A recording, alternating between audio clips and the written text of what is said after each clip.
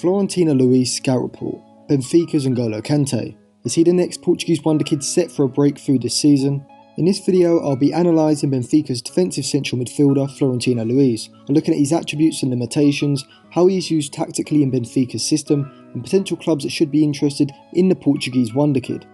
But before this video starts, make sure you subscribe to the channel and click the bell so you get notifications when we upload a video. We will be uploading a second episode of our Player Rows Explained series soon. You can watch the first episode, which is a tactical explanation of what the TREQUARTISTA row is, along with some examples, by clicking the eye above or by looking in the description. You can also find our video analysing Diego Simeone's tactical changes at Atletico Madrid this season in both those places as well. Florentino Luis is Benfica's 20-year-old central midfielder who's established himself in Bruno Lage's starting 11 after making 9 appearances, with 2 of them being starts in Liga NOS last season. Florentino is best described as a defensive-minded midfielder who plays alongside either Adel Taarabt or Andreas Samaras as a ball-winning central midfielder. Florentino's best attributes are his tackling ability and his reading of the game, which enables him to make interceptions in the middle of the park.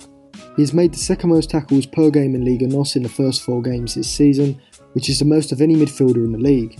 He's also completed the joint most interceptions in the league of any player with 4.3 per game.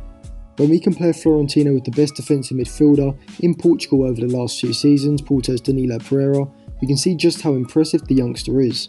Whilst Florentino has been dribbled past more times in the centre of midfield than Danilo, with 2 per game compared to the Porto man 0.7, Florentino absolutely destroys him when it comes to interceptions and tackles, as Danilo has completed just 0.3 interceptions per game and 2 tackles per game, which is well below Florentino Luis's metrics, showing that the Benfica man isn't just standing out because of the size that he's faced, as he compares very impressively against other top players in Portugal. The particular part of Florentino Luis's game that impresses me the most is his ability to make recovery tackles in the centre of the park, to break up an attack. When an opposition player manages to get goal side off Benfica's midfield with the ball, Florentino has the stamina and acceleration to get back at the attacker and is a wonderful sliding tackler which allows him to win the ball back before a player can make a key pass in behind the Benfica back line. This is something that many defensive midfielders lack, not just the ability to make the tackles, but the athleticism to move across the pitch to apply this skill more often in a match. Even around his own box, Florentino is very impressive. Many young defensive midfielders are quite rash when making tackles, which can lead to fouls and penalties being given away, or moving out of position too early, which can leave an opposition player free. However, Florentino Luis has a positional awareness, anticipation and composure that you wouldn't expect a young player to have. He's very good at tracking opposition midfielders when they look to make runs in between the fullbacks and centre-backs beyond the back line, as well as being able to judge when to step in front of a player to make an interception or when to hold his position. He is composed on the ball and he is good at sitting deep and recycling possession, though he doesn't have the passing ability or vision just yet to be able to play that regista position where he'd be tasked with playing incisive passes into the attacking midfielders. He could also improve his ball control and awareness when in possession, as he isn't very press resistant when he has his back to goal and receiving the ball, which does allow the opposition to press him aggressively and potentially win the ball back in a dangerous area. At Benfica, Florentino plays the role of a ball-winning central midfielder in a double pivot in Bruno Lage's 4-4-2 system.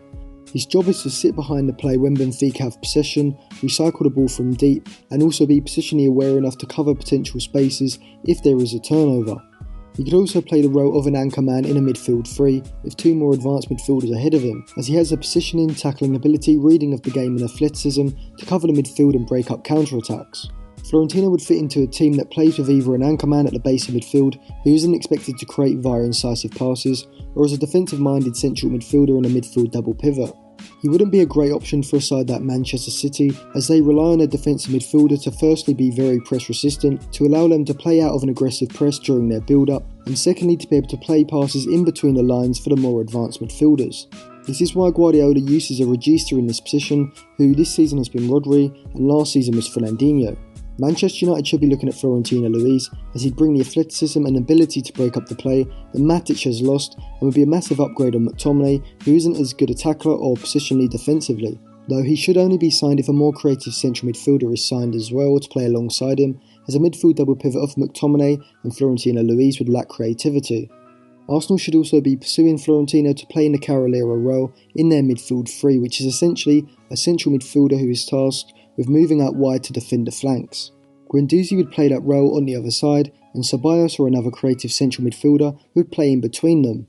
He'd be a lot better at covering the ground and moving over to the flanks, whilst also having very good positioning and composure in the tackle in his own defensive third, which is something that Granit Xhaka and Lucas Torreira lack. Florentino could also play in Pochettino's Tottenham side next to Tanguy Ndombele as a ball-winning central midfielder in a 4-2-3-1 or as a Carrilero in a diamond system. I don't think his on-the-ball ability is good enough at the moment for Liverpool or Manchester City's side, considering they have Fabinho and Rodri in those positions, whilst Chelsea already have N'Golo Kante and even Timu Bakayoko, who are similar types of players. Atletico Madrid could pursue the youngster if Thomas Partey is sold, and he'd be a great replacement for Alan at Napoli, or as a younger alternative to Herrera and Idrissa Gueye in PSG's midfield. So overall, I think Florentino Luis is probably one of the, if not the best young ball-winning central midfielder in the world at the moment, and will be one player from Liga NOS that the big clubs start sniffing around towards the end of the season, as they did with João Felix. If a side wanted to sign him in January, he'd probably cost around £45 million, though I could see that going up to £60 million by the summer.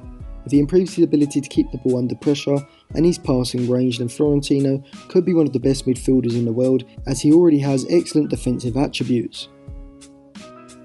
Thank you for watching. Remember to like and share the video if you enjoyed it, and subscribe to the channel for more videos like this.